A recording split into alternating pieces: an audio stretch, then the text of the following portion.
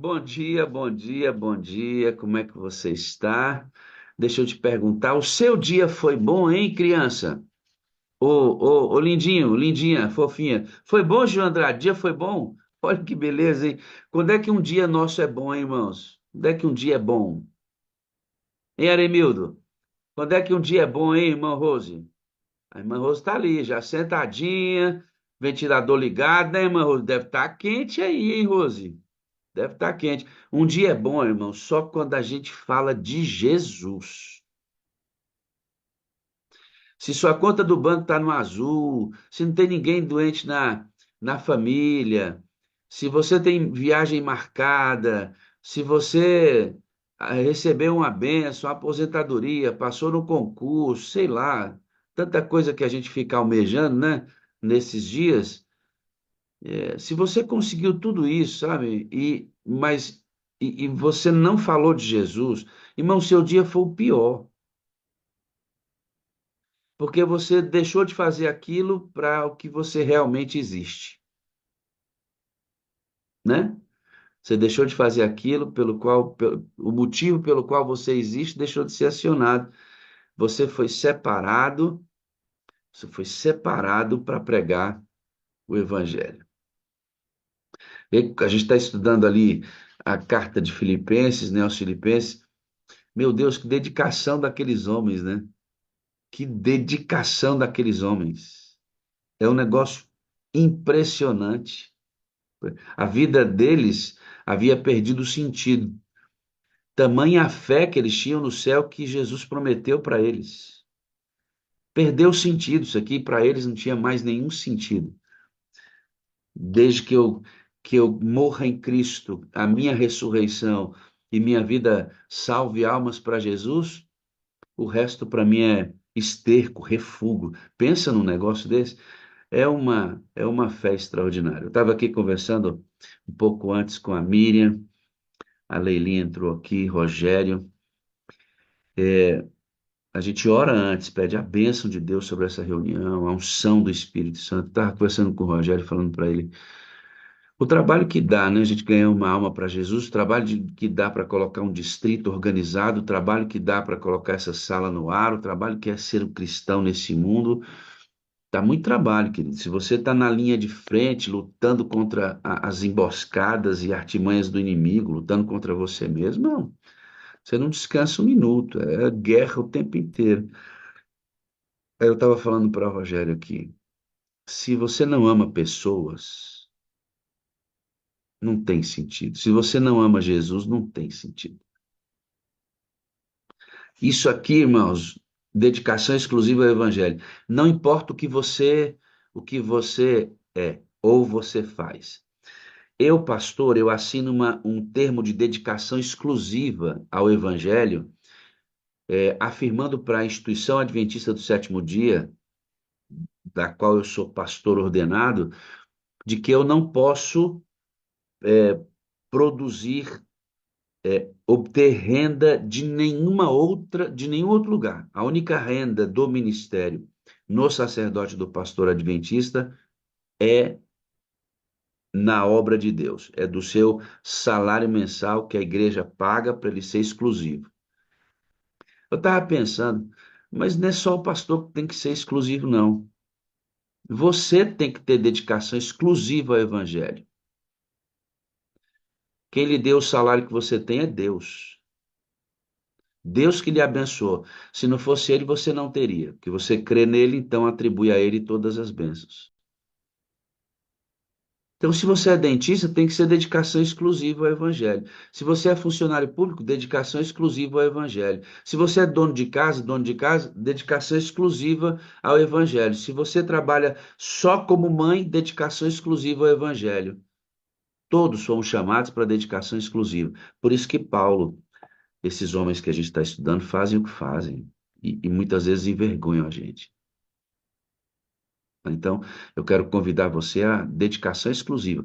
Faça o que você desenvolva aquilo que você desenvolve, não importa. Dedicação exclusiva ao Evangelho. Se eu vou viver por ele. Se eu vou morrer, eu vou morrer por ele. Se eu vou casar, eu vou casar por ele. Se eu vou viajar, Luiz Bispo, eu vou viajar por ele. Por isso, eu pergunto para você, seu dia foi bom, irmão? Hein, Raquel Pinheiro, foi bom? Só é bom quando a gente cumpre a missão a nós outorgada pela cruz e o amor de Cristo. Levar o evangelho a outras pessoas, porque ele está aqui dentro, batendo na gente todo dia. Prega, prega, prega. As pessoas precisam conhecer. Prega, prega. É assim aquele que é movido pelo Espírito Santo, não sabe de onde vem nem para onde vai. Aí cumpre a missão, né? Portanto, ide e façam discípulos. Mateus 28, 18. Pensando nisso, vamos orar. Pai bondoso, o dia hoje está preparado para ser uma bênção. Pastor Lucas chegou de viagem, está fazendo um ajuste para conseguir estar com a gente aqui, graças ao Senhor Deus. Entregamos, querido Pai, essa reunião em tuas mãos. O Senhor é o arquiteto, o Senhor criou um universo extraordinariamente gigante, e nessa poeirinha cósmica que somos nós, pedimos as bênçãos do teu cuidado. Querido Jesus, nosso amado Salvador e Senhor, Senhor e Salvador, o Senhor é o nosso tudo. Obrigado pelas bênçãos do dia de ontem, do dia de hoje, às horas escuras. Vamos daqui a pouco sair para desaguar, que o Senhor cubra-nos de bênção, de bênçãos extraordinárias. Ser conosco nesta sala, nos batizando com o teu Espírito. Amado Espírito Santo, passaremos 10 dias clamando pelo Senhor nos 10 dias de oração da igreja. Glória a Deus por isso. E nós estamos preparados. O distrito já está todo ajustado para que esse dia aconteça e o teu nome seja glorificado.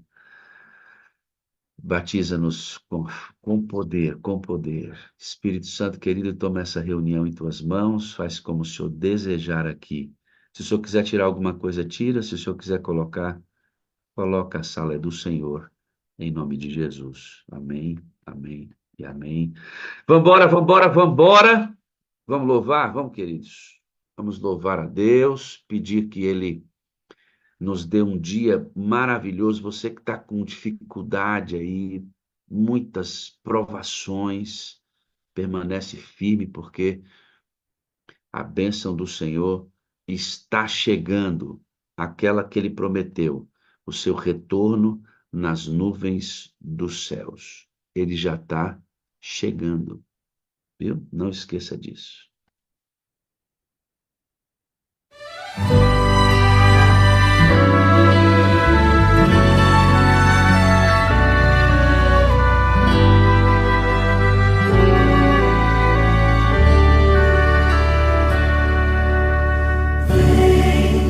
Espírito Santo, transforma meu ser,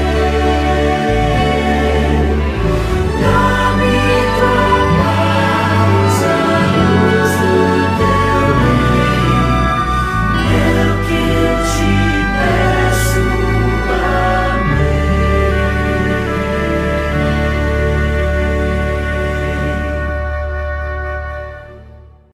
Glória a Deus por isso, né? Muito bom. Vamos lá, vamos dar uma recapitulada aí em nosso manual de estudos. Essa semana, estudando, confiando 100% em Jesus. Nós já demos uma olhada aí no sábado, vamos dar uma olhadinha só no verso áureo. Confiança somente em Cristo. O que eu quero é conhecer a Cristo e o poder da sua ressurreição. Tomar parte nos seus sofrimentos e me tornar como ele na sua morte, para, de algum modo, alcançar a ressurreição dentre os mortos. Claro que Paulo almejava a ressurreição, a primeira ressurreição, né? E nós discutimos que há algo em nós que resiste à ideia da salvação somente pela fé.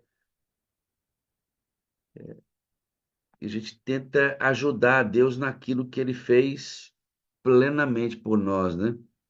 E como entender essa questão de se as obras elas não salvam, a minha obediência não salva, por que que então eu devo praticá-las, né? Porque a salvação é unicamente pela graça. Então, nós demos uma olhadinha aí, ó, quando as nossas prioridades estão no lugar certo, vivemos com a certeza do amor de Deus e desfrutamos desde já da promessa da salvação, sem colocar nenhuma confiança na carne. Filipenses 3, verso 3, porque a circuncisão somos nós que servimos a Deus no Espírito e nos gloriamos em Jesus Cristo e não confiamos em nós mesmos. A circuncisão agora é você, não é na pele do prepúcio mais. A circuncisão é no seu coração. E discutimos isso, né? Que agora a circuncisão se manifesta na alegria que o Senhor coloca em nós, sendo a principal confiança em Cristo e não em nós mesmos.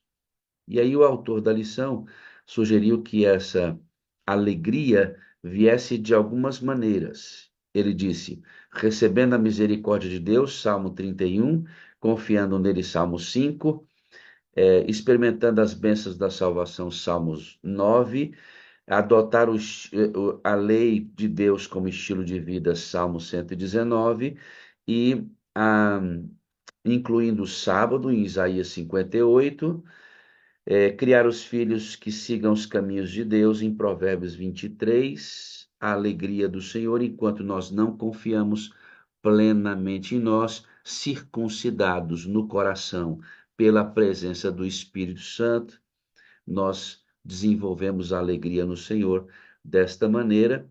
E aí, Paulo, a lição na segunda, vai dizer que o processo é interior, apresenta as credenciais de Paulo, das quais ele tinha, assim, muito orgulho dessas credenciais, e ele vai dizer, tudo isso aqui, ó, tudo isso que eu apresento para vocês, que é um negócio extraordinário, eu considero como esterco, como refúgio para ganhar a Cristo.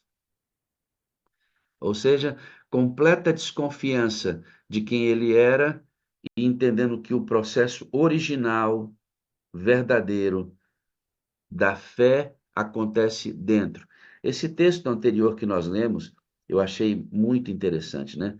Essa circuncisão vinda do coração, selado pelo Espírito Santo. Negócio assim, muito gostoso de entender e ver como nós da sala estamos no caminho, né? Muito bom isso.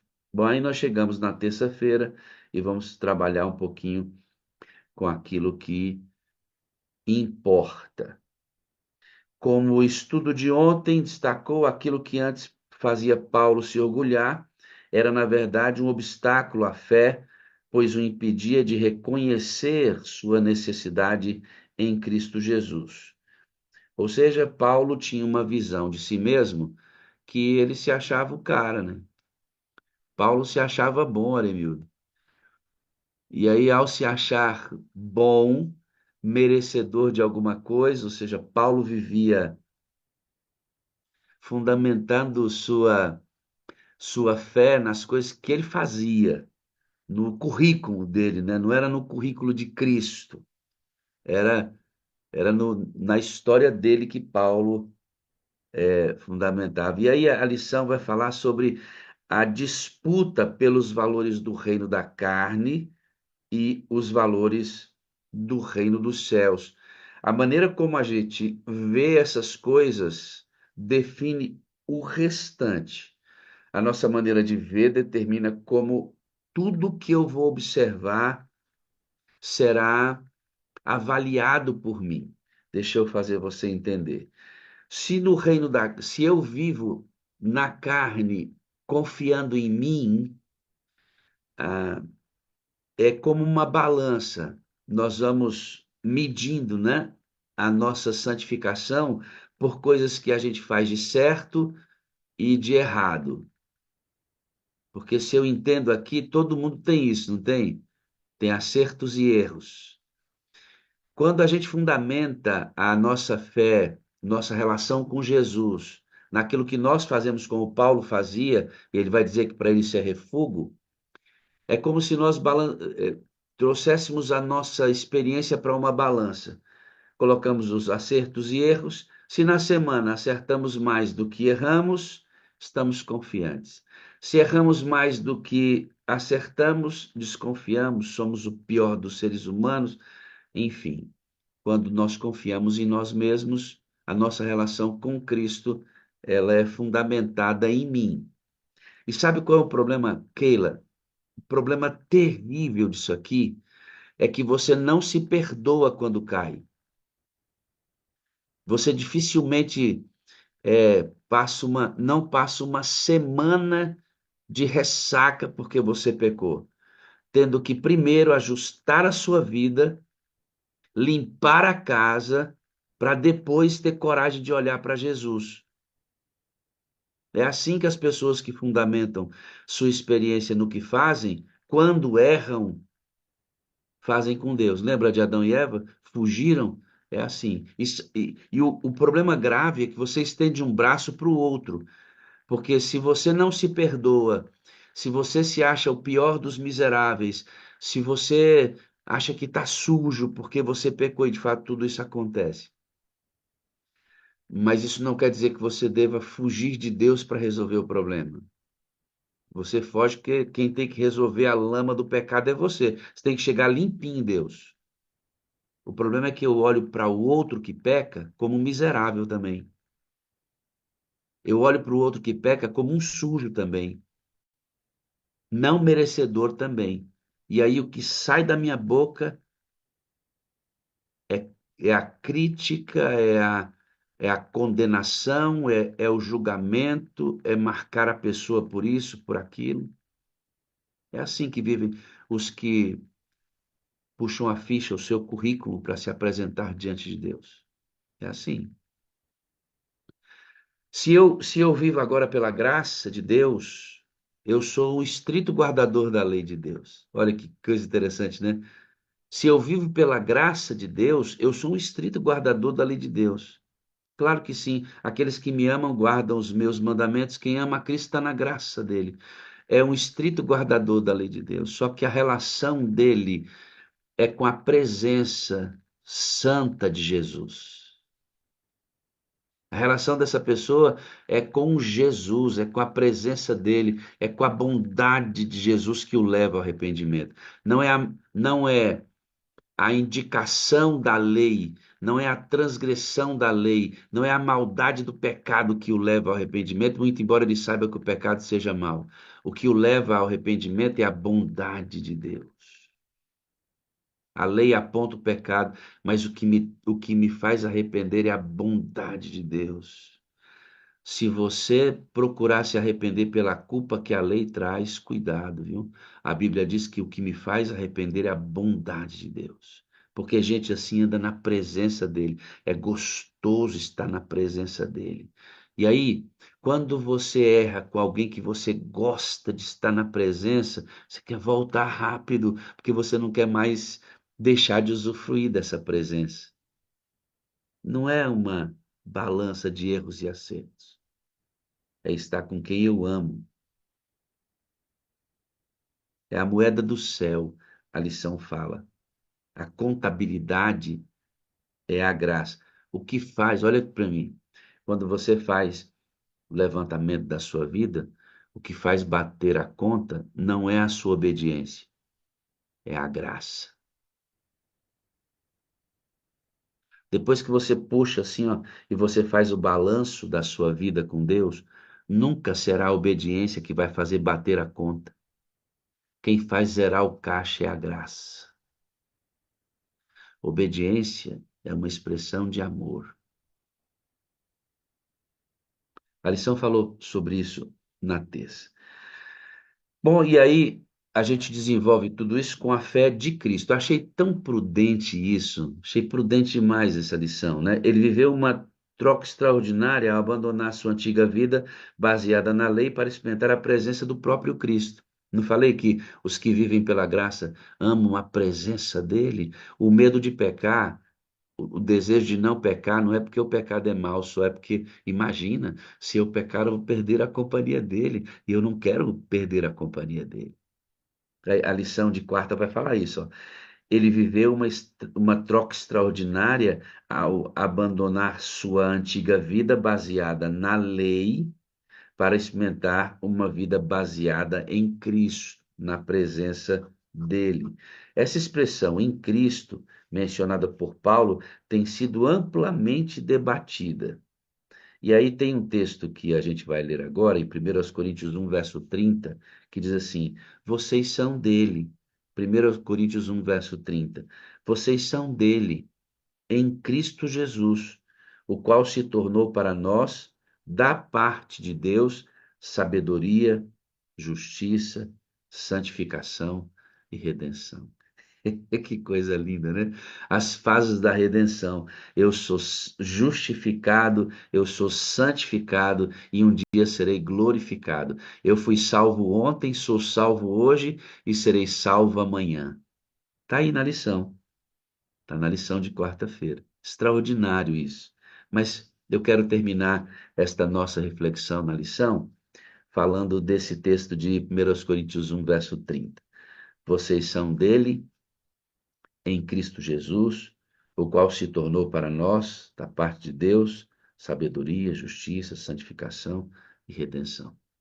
Bom, se ontem, na lição, na terça-feira, nós aprendemos que o que fecha a conta não é a obediência, é a graça, porque a obediência é uma expressão de amor, aqui, aqueles que vivem em experiência têm a fé de Cristo.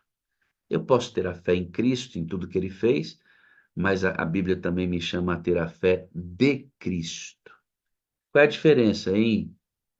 Eu tenho a fé em Cristo e eu tenho a fé de Cristo. É bem definido o que quer dizer essa expressão viver em Cristo. Deixa eu te explicar. Fé em Cristo, amado, é você acreditar em tudo que ele fez e viver por isso. É fé em Jesus. Fé em Cristo. Agora, a fé de Jesus. Você tem fé? Você tem fé? Quem tem fé aí, levanta a mão. Ixi, pode baixar. A fé que você tem é de Jesus, não é sua. Ele te deu fé. Quem aqui ama? Levanta a mão. Quem aqui ama? É, você tem que entender, você ama, mas o amor com o qual você ama não é seu, é de Cristo. Quem aqui perdoa? Eu perdoo, mas eu tenho que entender que o perdão que eu ofereço é de Cristo, porque eu não tenho nada disso. Tudo é concedido por Ele. Por isso será sempre graça, irmãos. Por isso que fecha a conta será sempre a graça, porque nossa obediência é emprestada. Você e eu somos desobedientes. Se conseguimos obedecer, é porque Ele nos concedeu essa obediência pela graça. Por isso que a obediência nunca fecha a conta. O que fecha a conta é a graça. Obediência é uma expressão de amor. Então, deixa eu dizer, por que que é em Cristo? Por que que essa expressão aqui, ó, viver em Cristo, é importante você entender, amigo? Porque tudo que você tem que é bom é emprestado dele. Tudo que você tem que é mal é seu mesmo, tá? Entendeu não? Tudo que você tem que é ruim é seu mesmo, é da natureza humana. Tudo que você tem de bom é emprestado. Por isso, será sempre pela graça. Por isso, será sempre pela graça. Lembra que disse Gálatas 2 verso 20? Lá fala sobre. Olha só o que Paulo diz lá. Já estou crucificado com Cristo e vivo, não mais eu, mas Cristo vive em mim. E a vida que agora vivo na carne, vivo na fé do Filho de Deus. o qual me amou e se entregou a si mesmo por mim. Às vezes eu ouço pessoas falarem assim, ó, pastor, é um dos temas mais finos do cristianismo, né? Pastor, mas eu não consigo perdoar aquela pessoa. Não consigo. Olha o que a pessoa fez, pastor, não tem condição, eu não consigo perdoar. Aquilo ali é demais. Como é que pode? Pastor, eu não consigo suportar aquela pessoa depois do que ela fez comigo, pastor. Eu não consigo, não. E essa pessoa está certinha mesmo? Porque olha o que ela diz, ó, ela não está entendendo. Eu não consigo, pastor. É isso mesmo, você não consegue, você não tem. Eu não consigo, tá certo, você não tem mesmo. Agora deixa eu te perguntar. Cristo perdoaria a pessoa que você não perdoa? Cristo suportaria a pessoa que você não consegue suportar? Por isso que tudo que você tem é emprestado. Quando você consegue, é Ele em você.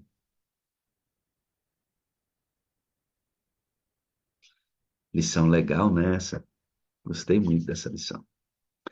Vamos orar mais uma vez e agradecer a Deus pelo manual de estudos nosso, é tremendo. Pai bondoso, obrigado, Senhor, pelo aprendizado aqui na lição. Obrigado pelo dia de hoje. Nós vamos ter muitas dificuldades. O mundo impõe severas dificuldades. Não tem importância, não. O Senhor venceu todas elas. E nós vamos ficar no Senhor, mesmo cansado às vezes, mesmo doente às vezes, mesmo em aflição, mesmo quando o barco numa tormenta tremenda acontecendo, nós vamos ficar. O Senhor disse que a gente tem que ficar, nós vamos ficar, porque o Senhor não tira a água do barco. Quando os discípulos estavam naufragando no mar da Galileia e o barco estava enchendo de água e eles acordaram a Cristo, Cristo não tirou a água do barco. Ele acalmou a tempestade. É diferente demais, né? É diferente. Ele não tirou a água do barco. Ele acalmou a tempestade. Toma-nos em tuas mãos nesse dia, Senhor. Faz tua obra em nós, por favor. Em nome de Jesus. Amém, amém e amém. Irmão, Cristo não tirou a água do barco. Ele acalmou a tempestade. Diferente, né?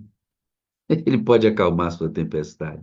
Ele pode entrar na sua vida e te dar um tipo de paz que você nem sabe de onde vem, humanamente falando, né? Essa paz não vem do ser humano. Essa paz só vem de Cristo.